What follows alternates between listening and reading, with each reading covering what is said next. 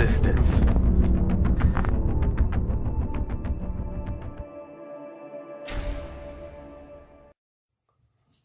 Alright, we'll make this one quick. Try not to waste anybody's time. A few little aha moments have been hitting me. Remember I told you there's something happening on November 11th?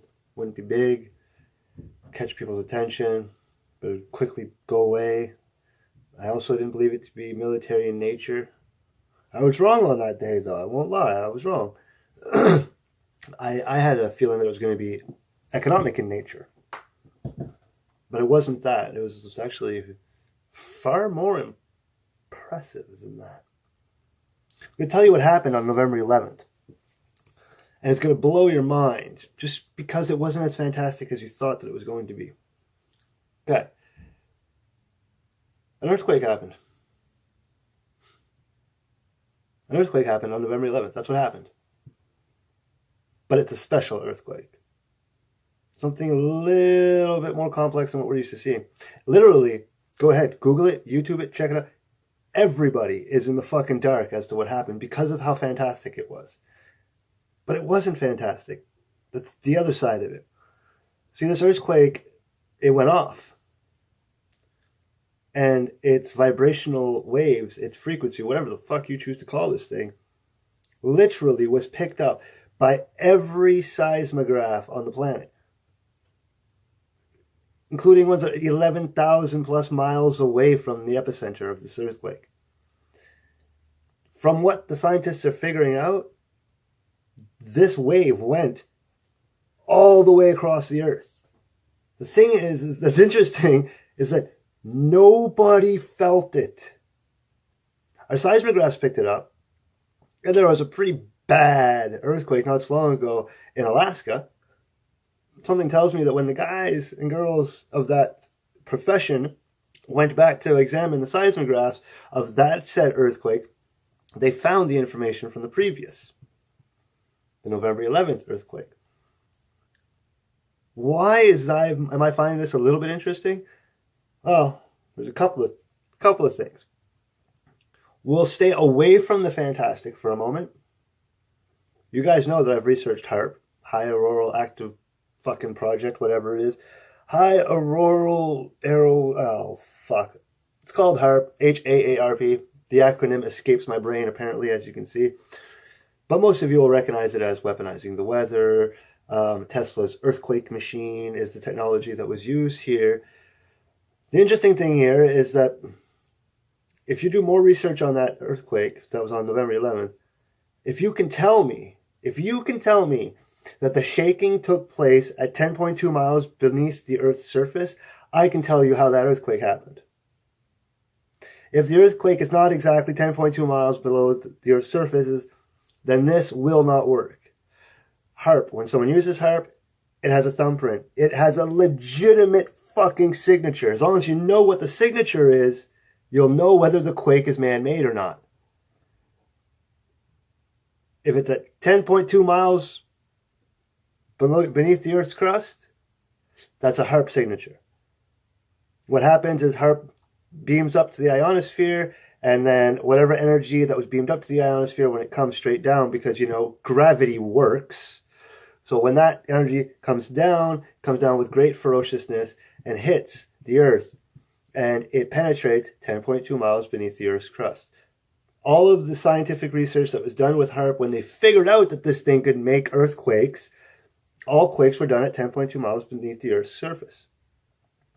If this quake happened 10.2 miles beneath the Earth's surface, HAARP is responsible for it. The question is it a HAARP installation that the States has? Is it a HAARP installation that Russia has? Is it a HAARP installation that somewhere else in the Middle East might have?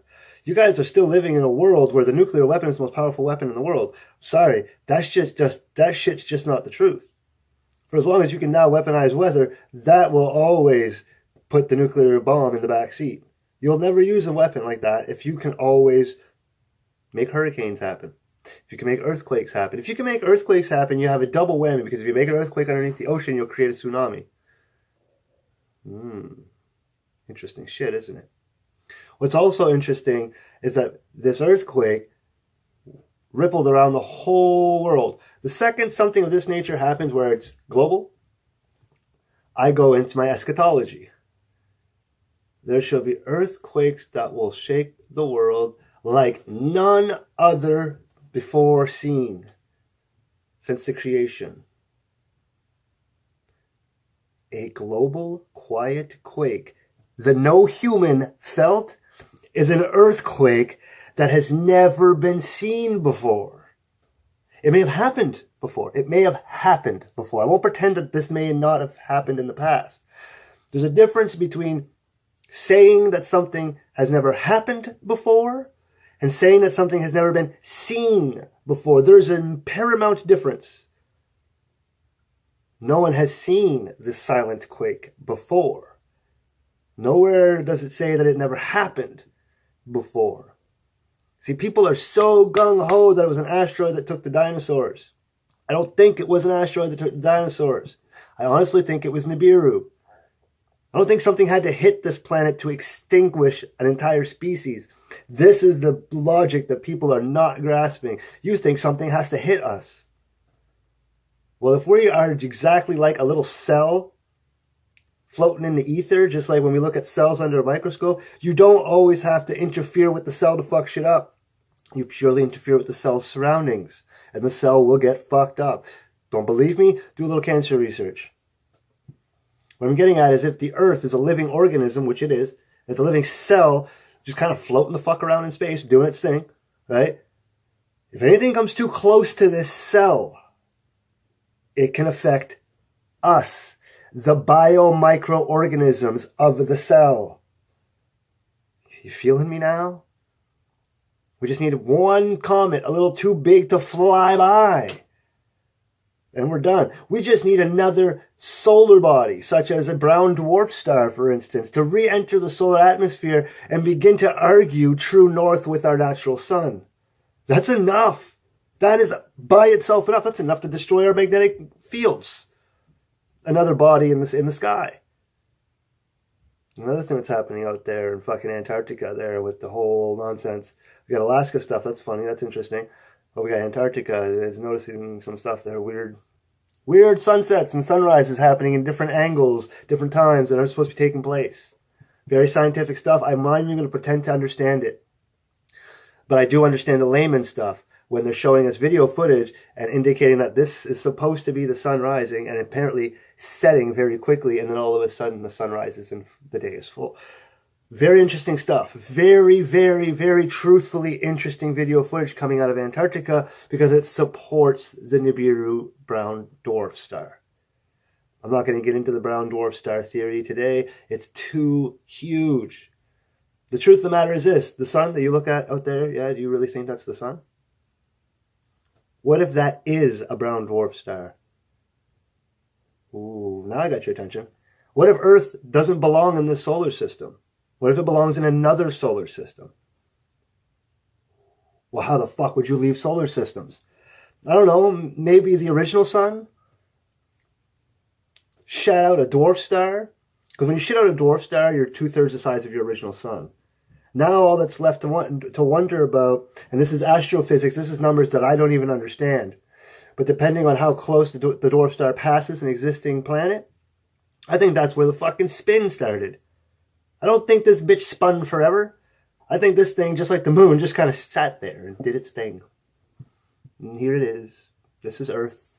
Isn't it beautiful? We just kind of hung it there. And then all of a sudden, the sun that brought life to the Earth, the sun. Remember now, what happens when the sun goes supernova? Boom, it explodes. Goodbye Earth, goodbye entire solar system. That's funny though, because we have it written somewhere in the book that God so loved the earth that he gave his only begotten son. Got to remember, long time in human history, God was the sun.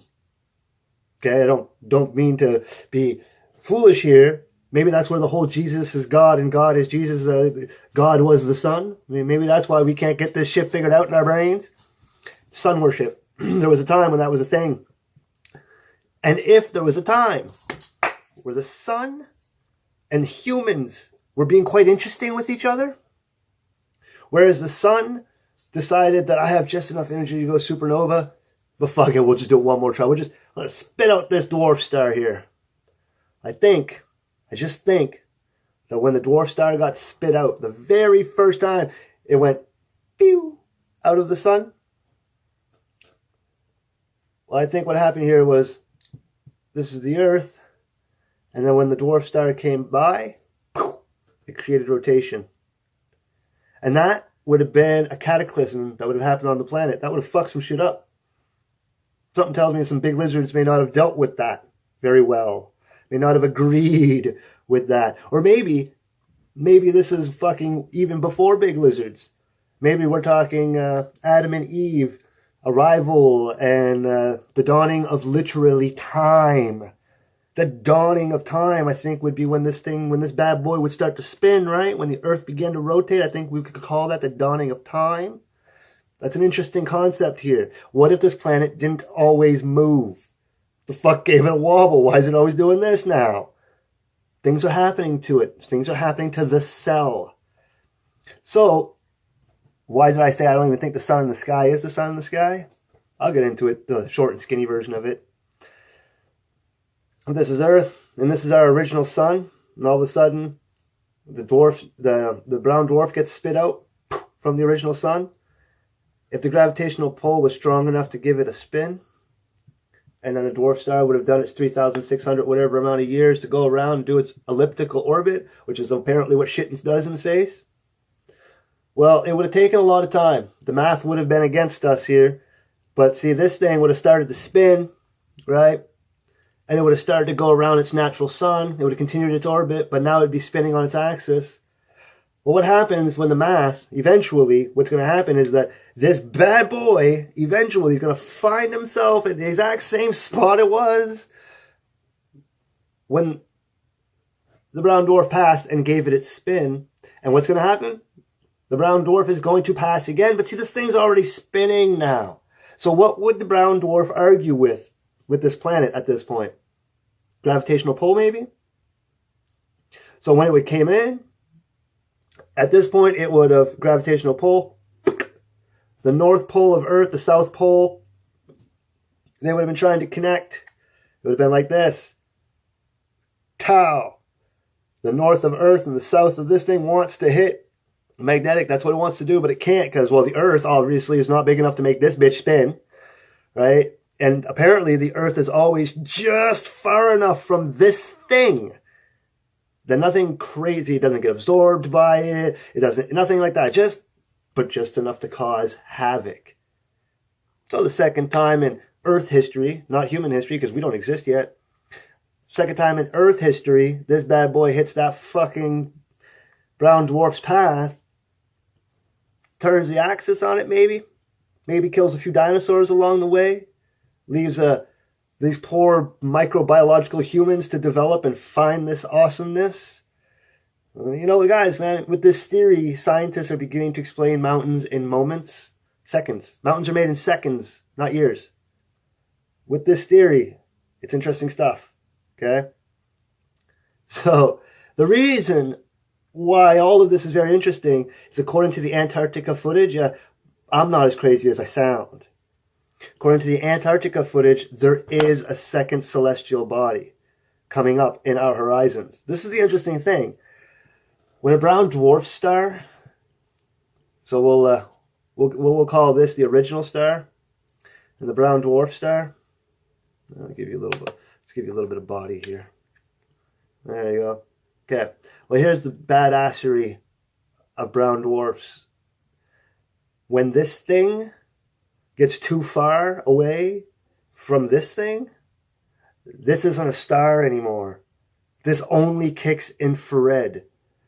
This does nothing for anybody. It might help with some evolutionary throw the petri dish into the microwave situations.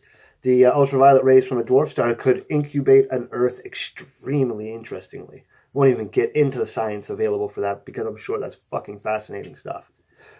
But I'll get into the big picture stuff. If Earth has a star, and then all of a sudden we have this thing called ice ages, which means the Earth just doesn't have a star, you'd have to give me a reason why the Earth wouldn't have a star anymore. Is it because this thing goes out when it's too far from the original thing, the original sun? And then when we come around, it turns into a big fucking ball of fire again because it's getting closer and closer to this thing. Wouldn't that illustrate that at one point in time, this Earth will at some point have two suns? And there might quite even be a battle in heaven as to see which star remains to be the governing star for Earth, or are we going to be just like fucking Tatooine and have two stars forever? This is the struggle. This is why the Earth is doing all this nonsense. This is the shit that they don't want you to know. Because this thing, it's been known in history for a very long time. We call it Nibiru. That's a three-pronged name. The star's named Nibiru. There's a planet within the system named Nibiru, and the entire system is named Nibiru. So yeah, it's messed up. You know, whoever fucking categorized that shit just wasn't thinking that shit all the way through, but it's okay. We don't hate. We just look at the information. Why would aliens be looking for us? Be fair. Why would aliens be looking for us? There's only one real reason is that we belong to them and they're wondering where the fuck we went. Unless this planet belongs in a very specific solar system. A solar system that would harbor life on every planet that surrounds it. It starts to sound like heaven, doesn't it? Very interesting shit when you start to think like that. But apparently, if I'm right, the way I've formulated this entire theory, if I'm right, is very simple. The sun in the sky is not the sun that we are originally from. The sun in the sky is a brown dwarf star. We've been following its orbital path. So that thing's moving, we're moving with it, yada, yada, yada. Life goes on. And eventually that thing is going to come back into orbit with its original star, the very thing that gave birth to this brown dwarf star. The closer we get to that, the hotter the planet's going to get. Very interesting stuff. The question is when we get back into that original solar system where we would be considered originally from, will the gravitational pull of that star argue with the gravitational pull of our current star? Scientists have outright stated that we don't belong where we belong in the Goldilocks zone. That everything is created according to a particular vibrational frequency along the star system, the solar system. This planet is formulated here because all of the things at this vibration managed to get up together here, and so on and so forth. The best example of it is close examinations of the rings of Saturn and how it all kind of just laced itself down the way it did. The big thing that they know is that two things. One, we are in a perfect spot to harbor life, the Goldilocks zone as they call it. And two, we do not belong here. In the astrological areas that we are residing, we don't belong there. We were, for lack of a better word, fucking put there. Or something happened to make us be there, but we did not naturally develop from this exact location in the star system. It adds credence to the fact that we may have been plucked from another solar system. People talk about when galaxies hit, what happens when solar systems hit. You don't always have to hit things. Gravitational pull can disrupt a lot of things. And if we were pulled out of our natural solar system, this is the joke that I always create. Big star with all kinds of planets harboring life. Little star with piddly-ass Earth following it. And all the other planets around this original star, someone just says, hey guys, what? Okay, y'all want to build a fucking rocket ship or something? What? We're about to lose Earth. Yeah, Earth is going over there somewhere. Y'all want to keep tabs on them? They're going to get fucking stuck out in the middle of the galactic ether if the gravitation... Y'all want to follow them for us? Yeah, there's something tells me they're going to need a little help with them down the road there. Let's see where this goes. Let's, I don't know, examine it. Study it. Isn't this fucking fascinating? A brown dwarf just came and ripped an entire planet out of our solar system. Yeah, we might want to investigate that.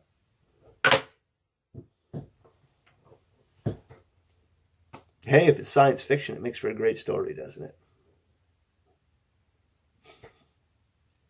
But it's interesting. I think that information that I just delivered to you is very much the shit that religion was built around, trying to teach us this information the very best way they knew how. Words, stories, allegories, all in which would have severe consequences and ramifications if we didn't understand them adequately enough. They probably rolled the dice on overanalyzing. They probably did. They knew that we would fuck up along the way. But the truth is still the truth now as it was back then. If those records were made in an attempt to teach us about what happens every 3,600 years, they successfully sealed it the one way the human race knew how to deal with it. Excuse me. It was with a story. To this very day, if we had to lock this information and seal it for over 3,000 years to make sure that the humans alive then would be just as interested in it then as we are today, we would have had to lock it in a story, and it would have had to have been an extremely interesting one to boot, because you wouldn't be able to just sell this to somebody. It would have to be boom. Everybody would want to read it. Everybody would want to study it. They would just have to want to know this story. That's how good this story would have to be in order to survive that longevity of time to distribute the message when it was necessary. If that's what happened, it's looking like it's working. But how long before we continue with religious extremisms and despotisms that are available in all organized religion before we wake up? Have fun. That's all I got for you today. Take care.